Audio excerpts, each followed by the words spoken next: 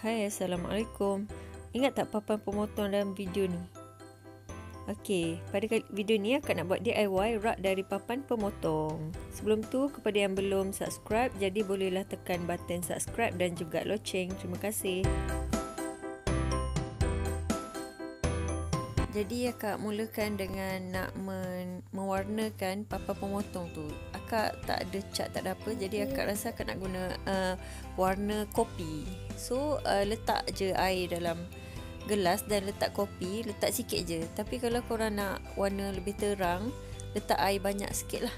So warna dia nanti akan jadi macam ni. Gula tak payah sebab bukan nak minum. Hihihi.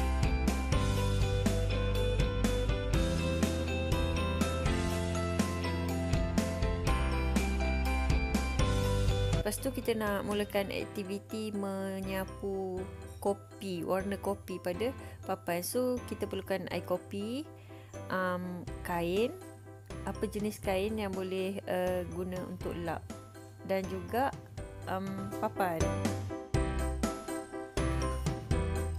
Skru tu kena buang dulu.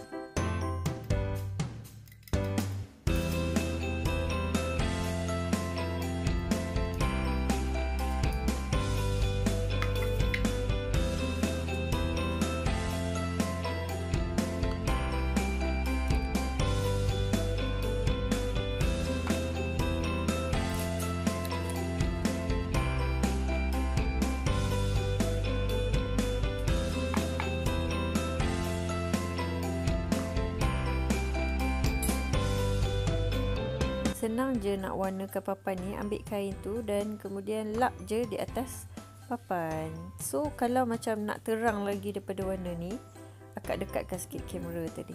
Kalau nak terang lagi, boleh lapis 2-3 kali lapis sehinggalah kita suka warna tu.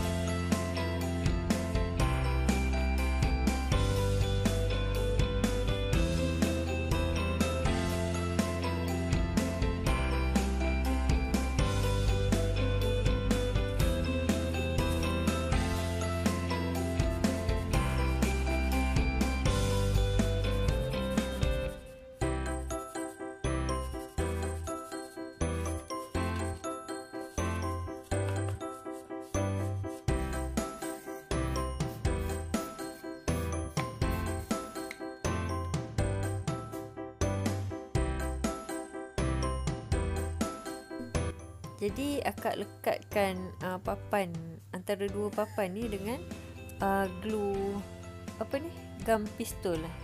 Okay.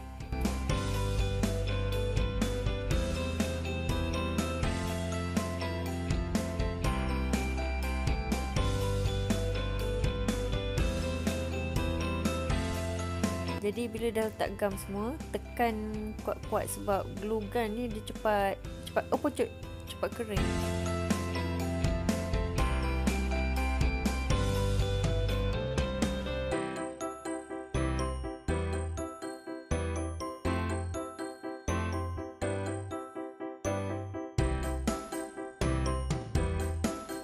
Sebab tadi dah terjatuh, jadi akak tukar cara pula. Akak letak dekat papan yang nipis dulu, kemudian akak tekan.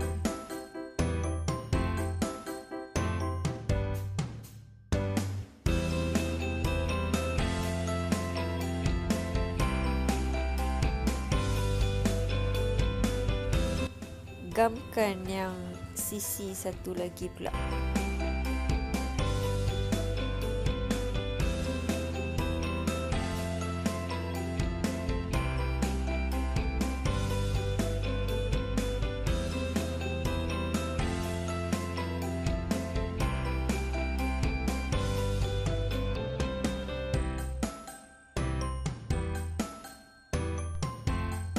So dah siap. Akak tadi kan tak tengok betul-betul tau. Jadi yang ni akak tak buang. Yang dekat sisi papan pemotong yang besar ni kan ada lubang skru tadi. So korang nanti buat berhati-hati tau. Jangan lupa subscribe.